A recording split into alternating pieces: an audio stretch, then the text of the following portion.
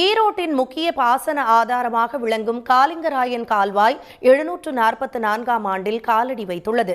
இந்த நிலையில் ஈரோடு மாவட்டத்தை செழிக்க வைத்த காலிங்கராயன் கால்வாயில் கழிவுநீர் கலப்பை தடுக்க வேண்டும் என விவசாயிகள் கோரிக்கை விடுத்துள்ளனர். பவானி ஆறும் காவிரி ஆறும் கரைபுரண்டு ஓடினாலும் ஒரு காலகட்டம் வரை ஈரோடு சுற்றுவட்டார பகுதிகள் பாசன வசதியின்றி வறண்ட பூமியாகவே இருந்துள்ளது. இப்பகுதியை வளமான பகுதியாக மாற்ற நினைத்த பாண்டிய மன்னனின் தளபதியான காலிங்கராயன் 1270ஆம் ஆண்டில் கால்வாய் வெட்டும் பணிகளை தொடங்கினார். சுமார் 12 ஆண்டுகால உழைப்பின் பலனாக 1282ஆம் ஆண்டில் கால்வாய் வெட்டும் பணிகள் முழுமையாக நிறைவு பெற்றது. ஈரோடு மாவட்டத்தின் முக்கியமான நீர்ப்பாசன திட்டமாக போற்றப்படும் காலிங்கராயன் கால்வாய் பவானி ஆற்றின் குறுக்கே கட்டப்பட்ட காலிங்கராயன் தடுப்பணையில் தொடங்கி ஆவுடையார் பாறை வரை சுமார் 90 கிலோமீட்டர் தூரத்திற்கு பயணிக்கிறது. தொழில்நுட்ப வசதிகள் இல்லாத காலகட்டத்திலேயே நதிநீர் இணைப்புக்கு முன்னோடியாக பவானி நொய்யல் நதிகளை இணைக்கும் வகையில் காலிங்கராயன் கால்வாய் உருவாக்கப்பட்டது. காலிங்கராயன் கால்வாய் வழியாக நேரடியாக 15,743 ஏக்கரும் மறைமுகமாக 10,000 ஏக்கரும் பாசன வசதி பெறுகின்றன. வாய்க்கா இந்த தண்ணி நாங்கள் எங்களுக்கு இந்த வறண்ட இருந்த பூமியை இப்போ எங்களுக்கு செல்வாக பண்ணினதே இந்த காலிங்கராயன் வாய்க்கா தானுங்க. முந்தியெல்லாம் முன்னொரு காலத்துலையெல்லாம் ரொம்ப செழிப்பாக வளவடைஞ்சு இந்த வாய்க்காலினுடைய இதனால தான் எங்களுடைய வாழ்வாதாரமே மேம்பட்டுதுங்க.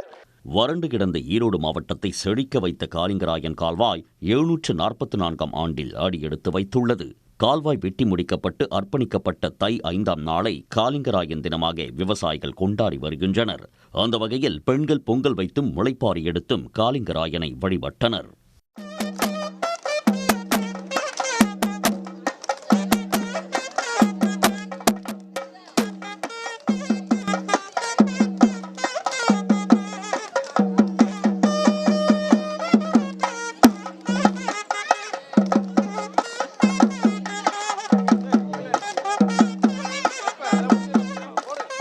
எல்லாருமே திருவிழா மாதிரி கொண்டாடிட்டு இருக்கிறோம்.